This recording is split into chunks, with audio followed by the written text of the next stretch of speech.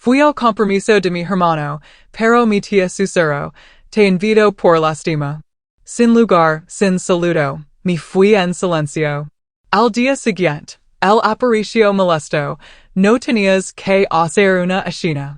Mi nombre es Jordan, tengo 28 años y, si me apuras, diría que siempre he sido el eslabón diferente de mi familia.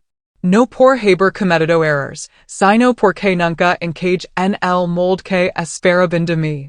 No seguí la carrera de medicina como mi prima Rachel, ni me uní al negocio familiar como mi hermano mayor Nathan.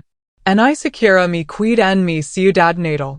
Me fui, construí una vida tranquila como escritor freelance, viajando un poco y manteniéndome en su mayor parte a mi aire. Había dejado de esperar mucho de ellos, después de años de sentirme como una figura periférica, la indiferencia esa había vuelto mi norma.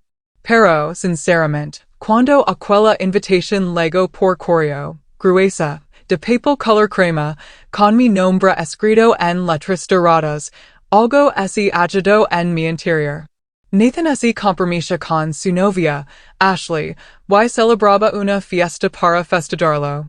Por un breve instante, sentí que, quizás, por fin ese me estaba incluyendo de verdad, que finalmente ese me veía. No había tenido mucho contacto con Nathan últimamente. Nos enviábamos mensajes de texto de vez en cuando, intercambios breves como feliz cumpleaños, o como vi el trabajo, pero nada profundo. No habíamos tenido una conversación real en más de un año. Así que, al abrir el sobre, ver la elegante caligrafía y darme cuenta de que era una invitación formal, no solo un mensaje de grupo o una mención casual, pensé que quizás las cosas estaban cambiando. Quizás era su manera de acercarse. La fiesta de compromiso estaba programada para un sábado por la tarde en un elegante venedo a unos 30 minutos de la ciudad. Pasé más tiempo del que me gustaría admitir eligiendo que ponerme, algo bonito, pero discreto. Opté por un blazer azul marino oscuro, camisa blanca y pantalones. Limpio, sencillo. Incluso compré un regalo, lo hice envolver en la tienda, algo de su lista de bodas para la cocina, una costosa olla holandesa que habían elegido. Era cara, pero quería que fuera un detalle significativo. Quería presentarme y mostrar mi apoyo. Cuando entré en el aparcamiento de grava, el sol se estaba poniendo, proyectando un cálido resplandor amber sobre las vidas. Parecía una escena de película. Por un momento, imaginé entrar, ver la cara de Nathan iluminarse. Quizás me abrazaría y diría, viniste. Quizás Ashley sonreiría y diría, estamos tan contentos de que estés aquí. Y quizás, solo quizás, me sentaría en una mesa y volvería a sentirme parte de una familia. En cambio, apenas crucé la puerta cuando mi tía se me acercó, aferrando su copa, con la voz baja y melosa. Solo te invito por compasión, sabes, susurró, su aliento con un ligero aroma a chardonnay. Ashley dijo que tenían que hacerlo, de lo contrario, sería demasiado obvio. Me quedé helado. Todavía sostenía el regalo envuelto con ambas manos. Que, pregunté, pensando que debía haber oído mal. Ella le dio la cabeza, me miró como si fuera un perro callejero que se había metido en el patio equivocado. Ya sabes cómo es, añadió con un encogimiento de hombres, como si fuera de conocimiento común. No es nada personal. Simplemente no pensemos que realmente vendrías. Aquello me golpeó más fuerte de lo que esperaba. Mayor más ala de ella hacia la sala principal, mesas redondas con manteles impecables, centros de mesa florals, guirnaldas de luces doradas en el techo. Todos estaban sentados, riendo, brindando. Había tarjetas con nombres cuidadosamente colocadas frente a cada plato. Pasé junto a algunas mesas, escaneando lentamente cada una. Mi nombre no estaba allí. Recorrí el perímetro una vez, dos veces, ningún asiento, ninguna tarjeta, nadie levantó la vista, nadie me saludó, ni siquiera Nathan. Me quedé incómodo, junto a la barra por un minuto, sosteniendo aquella caja envuelta como una manta de seguridad. Debí parecer un tonto, o peor, alguien que se colaba en una boda a la que no había sido invitado. Mi pecho se oprimió y sentí una extraña mezcla de vergüenza y desilusión que subía como una marea. Me había dicho a mí mismo que no me ilusionara. Me había dicho que no importaba, que solo había por cortesía, pero si importaba, más de lo que quería admitir. Me di la vuelta sin decir una palabra y salí directamente. Ni siquiera dejé el regalo. Simplemente lo levé de vuelta a mi coche, lo coloqué en el asiento del pasajero como si fuera una persona, y me senté allí en silencio. No lor. No great. Simplemente me senté, mirando por el parabrisas el camino de grava que tenía delante. Luego conduí a casa. No public nada al respecto. No le envié mensajes a nadie. Simplemente me quedé en silencio. A la mañana siguiente, alguien tocó mi timbre a las 8:12 am ni siquiera había preparado café. Abrí la puerta en pantalones de chandal, con el pelo revuelto. Y allí estaba él, Nathan, mi hermano, con el traje de air, sin corbata, con aspecto de no haber dormido. No tenías que montar una escena, dijo secamente, como si hubiera incendiado el lugar. Parpadí. ¿Una escena? Te marcaste toda prisa. La gente se dio cuenta. Me reí una vez, una risa aguda y sin humor. Nathan, no había un asiento para mí. Nadie siquiera me saludó. Él se movió incómodo. Podrías haber cuidado, haber encontrado una silla en algún lugar. No lo sé, murmur. No se suponía que debía estar allí, ¿verdad? Pregunt. No contes conmigo. No respondió de inmediato. Luego dijo, mira, Ashley se encargó de los asientos. Le dije que lo mantuviera pequeño. No pense que harías un gran problema por ello. Así que fui invitado por compasión, dije en voz baja. Eso es lo que dijo la tía linda. Él suspiró y se frotó la cara. Ella habla demasiado. No se suponía que dijera eso. Me aparté de la puerta, de repente muy cansado. Deberías Jordan. No, en serios. Si esta es la parte en la que se supone que debo disculparme por avergonzarte, no voy a asustar. El pareció dolido, como si no hubiera esperado eso. Como si de alguna manera me hubiera vuelto contra él en lugar de al revés. Es exactamente por eso que no hablamos mucho, murmuró. No, dije, mi voz más fría de lo que pretendía. No hablamos porque solo recuerdas que existo cuando te conviene, cuando quieres sentir bien por invitar a los demás hermanos para que nadie pueda decir que no lo hiciste. No respondió, solo me miró por un momento, luego se dio la vuelta y bajo los escalones del porche regresó a su coche. Mientras se alejaba, miró la mesa de la cocina, donde el regalo de compromiso seguía allí, envuelto, sin abrir. Ni siquiera sabía qué hacer con ella. ¿Regalarlo? ¿Devolverlo? ¿Dejarlo en su puerta? Ese momento se quedó conmigo. No solo el susurro de la tía linda o la ausencia de una tarjeta con mi nombre, sino esa mirada de asombro en el rostro de Nathan cuando me negó a seguir el juego. Cuando no acepté mi papel de hermano olvidado, agradecido solo por estar cerca de la mesa, aunque no hubiera asiento. Pero aún no había terminado. Ni mucho menos. Porque si no era parte de la familia, entonces no les debía nada. Yo tenía algo que todos habían olvidado convenientemente. Algo que iban a necesitar muy pronto. Digamos que iban a recordar mi nombre, hubiera tarjeta o no. Durante unos días, me quedé en completo silencio. No respondí mensajes. No abrí las redes sociales. Simplemente me desconect. No fue por despecho. Fue por supervivencia. Necesitaba espacio para pensar, para sentir, para que la punzada se desvaneciera, y poder respirar de nuevo sin sentir amargura. Pero debajo del silencio, estaba pensando, recordando. Lo que la mayoría de mi familia no sabía, porque nunca les importó lo suficiente como para preguntar, era que durante los últimos 3 años había estado ayudando tras bambalinas con algo bastante importante para todos ellos. El fideicomiso de mi abuelo. Antes de fallecer, el abuelo Thomas me nombró uno de los fideicomisarios de su patrimonio. En silencio, no hizo alarde de ello, no lo anunció en una cena familiar ni envió una notificación formal. Simplemente me apartó un día, la última vez que lo visité en su vieja casa en Vermont, y dijo, tienes buena cabeza y un corazón tranquilo, Jordan.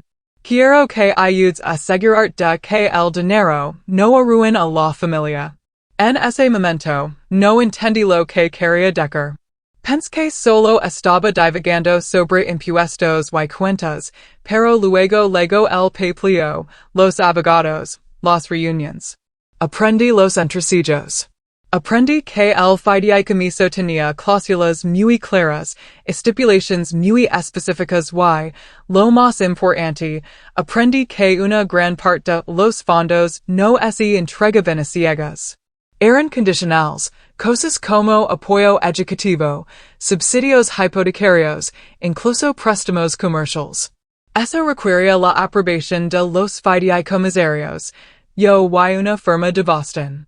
De hecho, todo el negocio de Nathan, su agencia de consultoría empresarial de la que le gustaba presumir en cada evento familiar, había recibido un préstamo considerable de ese fideicomiso hacía 2 años.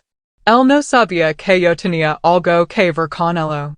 El abuelo me había pedido que no dijera nada, dijo que sería mejor así. Pero ahora empezaba a pensar que esa promesa había llegado a su fin. Una semana después de la fiesta, recibí un correo electrónico de la firma. Había llegado una nueva solicitud de desembolso de Nathan, una considerable. Quería fondos adicionales para expandir las operaciones, incluyendo el alquiler de una segunda oficina y la contratación de un asistente a tiempo parcial. Su solicitud era prolija, llena de jerga empresarial y proyecciones vagas. Pero lo que más me llamó la atención fue que necesitaba los fondos rápidamente, en menos de 2 semanas, o un trato que estaba persiguiendo esa quería. Normalmente, lo habría aprobado sin dudarlo, habría dejado que el dinero fluyera. Pero ahora, hice clic en responder y pedí una reunión. Nos encontramos en una pequeña cafetería en el centro, un terreno neutral. Elegí el lugar a propósito. Era tranquilo, público y no muy lejos de su oficina.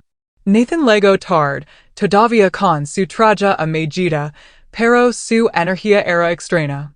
Parecía tenso, mirando su reloj, golpeando la mesa. Gracias por reunirte, dijo rápidamente, sentándose frente a mí. Supongo que esto es sobre la solicitud. Asentí, tomando un sorbo de café. Así es.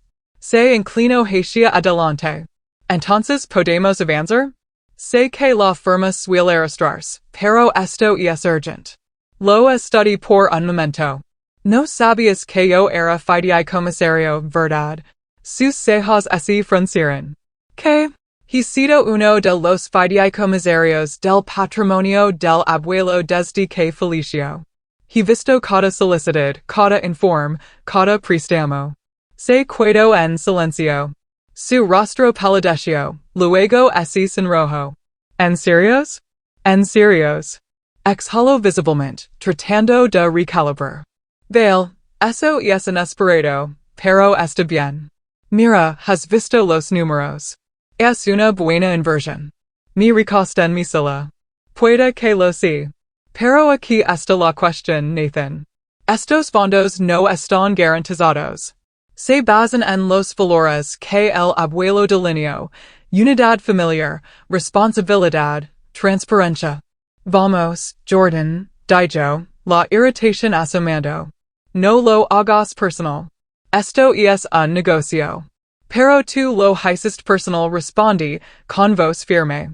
En esa fiesta, con la forma en que me trataste, con la forma en que tu prometida manejó el pleno de asientos, o la falta de uno, con como en ni siquiera pudiste mirarme a los ojos esa noche. Abrió la boca para defenderse, pero lo interrumpí.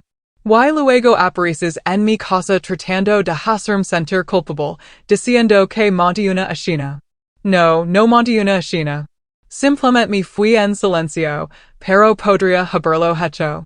Nathan se inclinó de nuevo, su tono más bajo. Así que esto es venganza. No, dije con calma, esto es rendición de cuentas. Parecía querer voltear la mesa, pero estábamos en público. Y la imagen de Nathan lo importaba más que cualquier otra cosa. Así que se recostó, forzó una sonrisa y dijo, mira, hablar con Ashley. Arreglaremos las cosas. Me disculpar si eso es lo que quieres. Eso no es lo que quiero, dije. Quiero saber que este fideicomiso va a actuar de nuevo. Tratarás a las personas detrás de él con un poco más de respeto. Su mandíbula se apretó.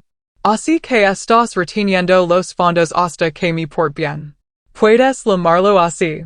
Yo lo llamo proteger el legado del abuelo. Se levantó, casi derribando su silla. Eres increíble. Y tú, dije suavemente, deberías tener más cuidado con a quien tratas como si no importara. Salió furioso. Yo me cuido y terminé mi café. Más tarde esa semana, envié a la firma un informe. Detalaba mis preocupaciones sobre la solicitud, gastos questionables, retorno de inversión poco claro, falta de transparencia en informes de financiación anteriores. No lo vi directamente, pero recomiendo un retraso, una auditoría, una revisión más profunda, lo que significaba que los fondos no serían aprobados pronto. No tuve noticias de Nathan durante 2 días más. Luego, una tarde, recibí una llamada. Era mamá. Jordan, dijo, su voz aguda. ¿Qué estás haciendo? Parpadeé. Hola, mamá. Me alegra verte también. No jugs. Nathan me dijo que estás bloqueando los fondos del fideicomiso. Necesita ese dinero. Me levanto y camino hacia la ventana, mirando la lluvia golpear el cristal.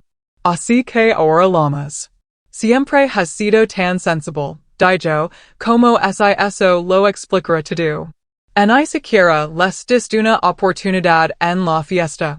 Simplemente te fuiste. Nos avergonzaste. Yo los avergonzo, repetí. Por no sentarme en una mesa que no existe para mí. Deberías haber hablado, espero. Haberlo arreglado. Eso es lo que hace la familia. Miré, una risa fría y amarga. No, mamá. Lo que la familia hace es hacer espacio. Lo que la familia hace es notar cuando alguien está siendo excluido. Lo que la familia hace es preocuparse. Todos ustedes dejarán muy claro cuál es mi lugar. Hubo silencio en la línea. Luego dijo, así que esto es una venganza. No, dije, esto es que finalmente estoy estableciendo un límite. Y si no te gusta, quizás pregunte por qué. Colg antes de que pudiera responder. Pero sabía que esa llamada era solo el principio, porque una vez que el dinero de yo de flor, la gente que nunca me había hablado empezaría a aparecer, y no por las razones que dicen. Tomo menos de 48 horas. Al final de la semana, mi teléfono pasó de acumular polvo a encenderse como si fuera Nochevilla. Llamadas perdidas, mensajes de voz, mensajes de texto que comenzarán siendo educados. Hola, Jordan, podemos hablar, luego escalarán a chantajes pasivo-agresivos. Primero fue Nathan, Luego mama de nuevo, luego la tía linda. Incluso mi prima Rachel, que no me había dicho más de 5 palabras en 3 años, de repente quería tomar un café y ponerse al día. Sí, claro. No respondí. En cambio, reinvitado a la firma de Boston que manejaba el fideicomiso y les pedí que comenzaran una revisión de cumplimiento. Quería un rastro documental, algo formal. No estaba tratando de arruinar a Nathan, pero si iba a usar el dinero del abuelo, lo haría según las reglas. Y no iba a dejarme intimidar ni engatusar para no hacer cumplir eso. El fideicomiso no era una alcancía familiar. Fue creado para apoyar, no para habilitar, y habilitar era exactamente en lo que mi familia se había vuelto experta. Por esa época, empieza a escuchar rumores de mi antigua ciudad natal. Mi amigo de la infancia, Daniel, que todavía trabajaba en la cooperativa de crédito local, me envió un mensaje, hoy, solo para que sepas, escuch que la expansión de tu hermano se retrasó. Está culpando a problemas de financiación. ¿Estás bien? Le dije que estaba bien. Mejor que bien, de hecho, porque por primera vez en años, ya no estaba desempeñando el papel silencioso de fondo. Estaba al mando. Una semana después, las consecuencias comenzaron. Nathan apareció de nuevo en mi apartamento, pero esta vez no abrí la puerta. Tocó una vez, 2 veces, luego una tercera. Me fui detrás de la Marilla, con los brazos cruzados, el corazón en calma. Sé que estás ahí, murmuró. Vamos, Jordan. No hagas esto. Hizo una pausa, luego añadió, vas a arruinarlo todo por una fiesta. Eso me hizo reír en voz baja, porque él todavía no lo entendía. Esto no era solo por la fiesta. Era por años de exclusión social, cenas de cumpleaños a las que no fui invitado, vacaciones familiares en grupo de las que me enteraba por Instagram, conversations en las que me interrumpían, bromas a mi costa en las que nadie pensaba 2 veces. La fiesta no fue el principio. Fue la gota que calmó el vaso. Lo observé desde la Marilla mientras se quedaba allí un minuto más, luego finalmente se dio la vuelta y se fue. Ningún mensaje de voz, ninguna disculpa, solo silencio. Y luego vino la verdadera sorpresa. Ashley me envió un mensaje de texto. Casi no reconocí el número, pero el mensaje era corto y educado. Hola, Jordan. Sé que las cosas han estado tensas. ¿Estarías dispuesto a que nos reuniéramos solo nosotros 2? Me quedé pensando en eso por un tiempo. No le debía nada, pero algo en el tono me dio curiosidad. No es sencha falso. Se sencha cansado. Nos reunimos en una tranquila trattoria cerca de mi casa. Ella ya estaba sentada cuando llegué, vestida informalmente con vaqueros y un suéter, sin rastro de la vibra de socialite que solía desprender en los eventos familiares. Aprecio que hayas venido, dijo sinceramente. Me senté manteniendo la guardia alta. ¿De qué querías hablar? Ella suspiró. No estoy aquí para pedir dinero ni para presionar sobre el fideicomiso. Solo quería decir que lo siento. Parpadí. Eso fue inesperado. Ella miró su taza. No manage bien la fiesta. Debería haberme asegurado de que tuvieras un asiento, uno adecuado. No solo porque Nathan me pidió que te invitara, sino porque te lo mereces. No dije nada, solo escuch. Pensé que no te importaba, admitió. Que eres el tipo de persona a la que no le gustaban los grandes eventos. Nathan siempre decía que estabas bien estando solo, pero al ver salir así, me di cuenta de que quizás todos te hemos malinterpretado. Incline la cabeza. Así que no me querías allí. Al principio, pareció avergonzada. No, pero no por ti. Porque no te conoce. Y Nathan, bueno, él habla de ti como si fueras un comedian distante y impredecible. Hizo que pareciera que o no apreciarías o causarías drama. Ahora sé que eso fue injusto. Exhale lentamente. No caused drama. Simplemente me fui. Lo sé, dijo suavemente. Y eso dolió más que si lo hubieras hecho. Eso me tomó por sorpresa. Ella continuó, que te fueras en silencio hizo que la gente empezara a hacer preguntas. ¿Por qué no te quedaste? ¿Por qué no había un asiento? ¿Por qué no había una foto tuya con Nathan? Mis padres se dieron cuenta. Incluso algunos de nuestros amigos. Fue una mala imagen. Cruz los brazos. Así que ahora soy un problema de relaciones públicas. Ella negó con la cabeza. No, eres una llamada de atención. Nos sentamos en silencio por un momento. Luego dijo algo que no esperaba. Quiero arreglar las cosas. No para arreglar el fideicomiso. No para arreglar a Nathan. Solo para arreglar esto. Me quedé en silencio, todavía cauteloso, todavía procesando. No debería ser tratada como una pariente de segunda clase en audio. Especialmente cuando has estado manejando más hilos de los que cualquiera de nosotros se dio cuenta.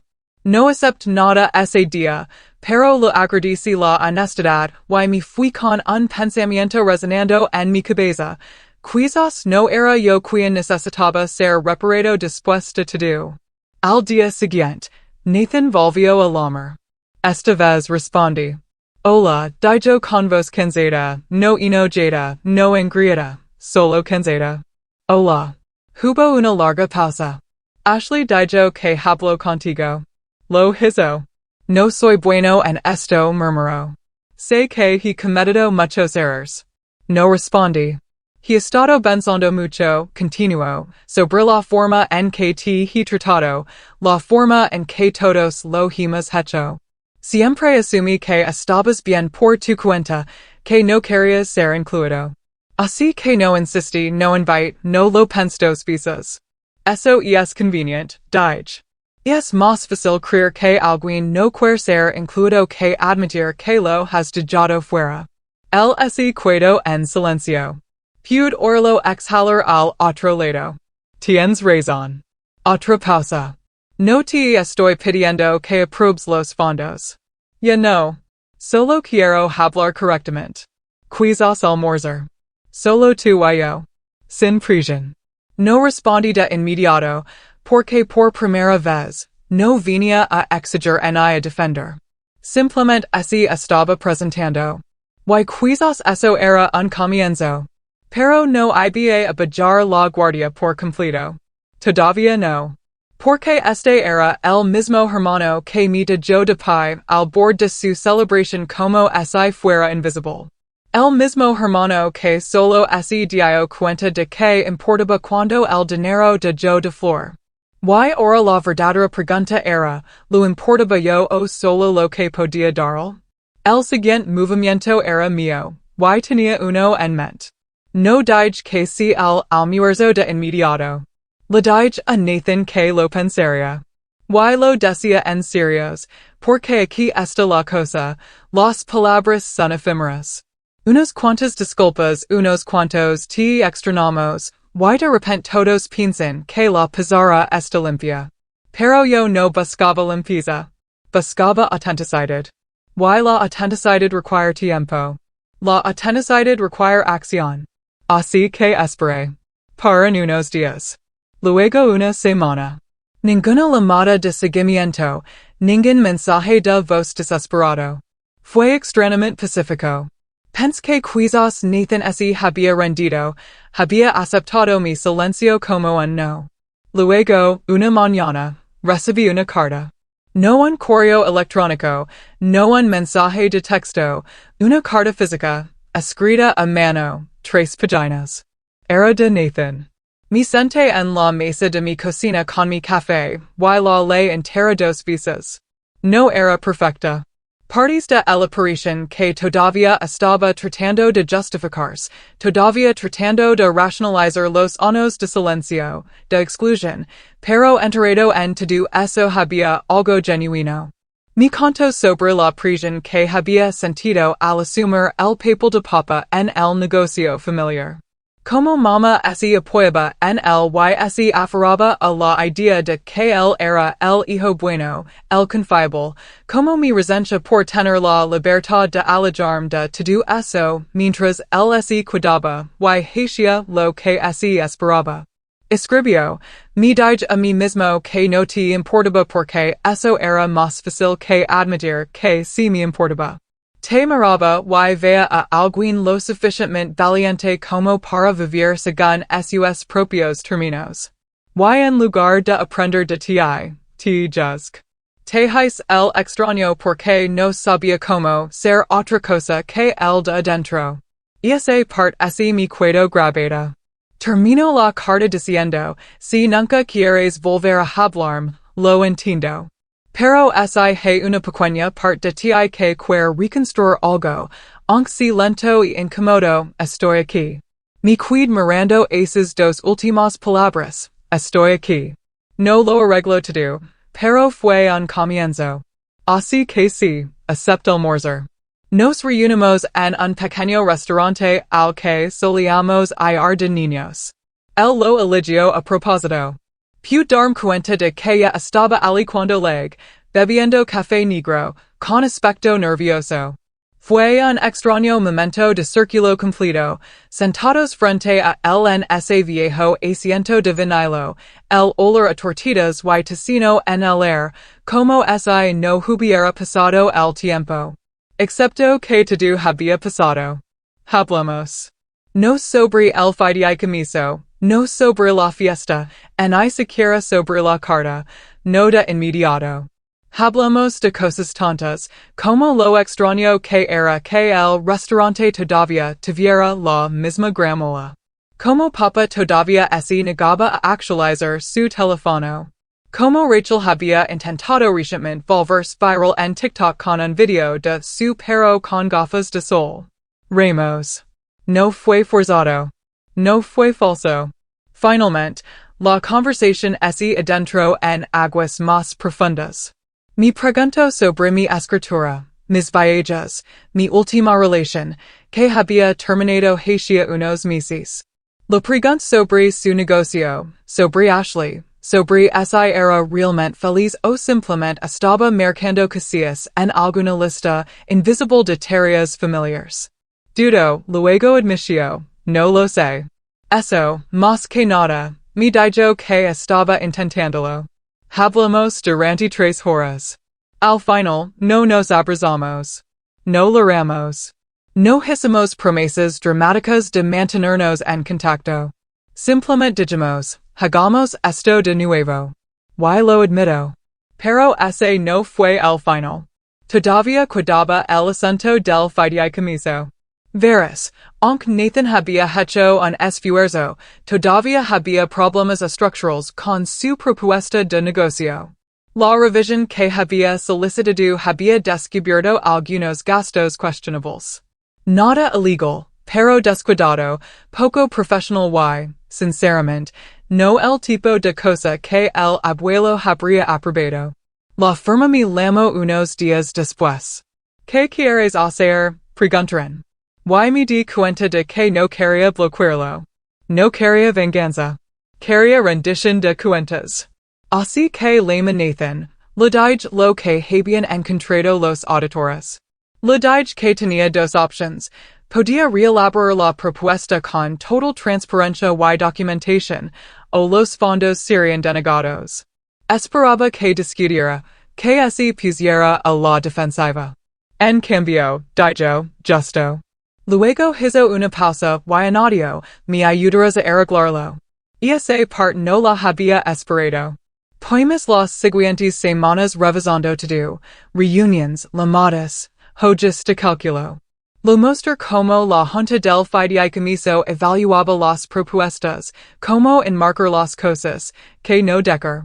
Al principio fue incómodo, pero lentamente algo empezó a cambiar.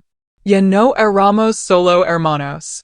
Éramos compañeros de equipo. La noticia se corrió, por supuesto. Mamá se enteró. Al principio no dijo nada. Pero luego, un domingo por la tarde, me envió un mensaje de texto de la nada, cena esta noche. Sin explicación, sin emoji, solo cena esta noche. Lo miro durante 10 minutos, luego respondí por qué. Ella respondió, porque te debo una disculpa. No fui. No esa noche. Pero tampoco la bloqueé, porque, como dije, la autenticidad require tiempo. Ashley y Nathan finalmente enviaron nuevas invitations de boda. La misma pareja, el mismo lugar, pero un enfoque completamente diferente. Esta vez, mi nombre no solo estaba incluido. Estaba impreso primero en la lista de miembros de la familia en el sobre interior. Había una nota escrita a mano de Ashley metida dentro. Nos sentiríamos honrados si vinieras. Hay un asiento con tu nombre, literalmente. Y sabes que fui. La boda fue hermosa, elegante, considerada. Y cuando llegué, la primera persona que me saludó fue la tía Linda. Pero esta vez, parecía mortificada. Jordan, dijo con una sonrisa forzada, que alegría que hayas podido venir. Le devolví la sonrisa. No pensas que realmente vendría, ¿verdad? Sus mejillas se sonrojaron. Bueno, por supuesto que esperábamos. Tengo asiento esta vez, ¿verdad? Pregunt, pasando junto a ella. Encontré mi mesa, la mesa 3, cerca de la pista de baile. Mi nombre estaba allí, grabado en una gruesa tarjeta blanca con elegante caligrafía. Al lado, una pequeña tarjeta que decía, gracias por hacernos responsables. Es curioso como las cosas dan la vuelta. Lo que comenzó como un insulto, ser invitado por compasión, se había convertido en algo más. Ya no era el hermano olvidado, ya no era el extraño, pero tampoco necesitaba ser el centro de atención. Solo necesitaba ser reconocido. Y ahora, finalmente, lo era. No porque monte una escena, sino porque tomé una decisión. Dejar de disculparme por existir en las sombras de personas que nunca me ofrecieron luz. Dejar de permitir que la culpa dictara mis límites. Hablar. Salir cuando lo necesitaba. Y volver a entrar en mis propios términos cuando estuviera listo. Porque a veces, las salidas más silenciosas resuenan con mayor fuerza.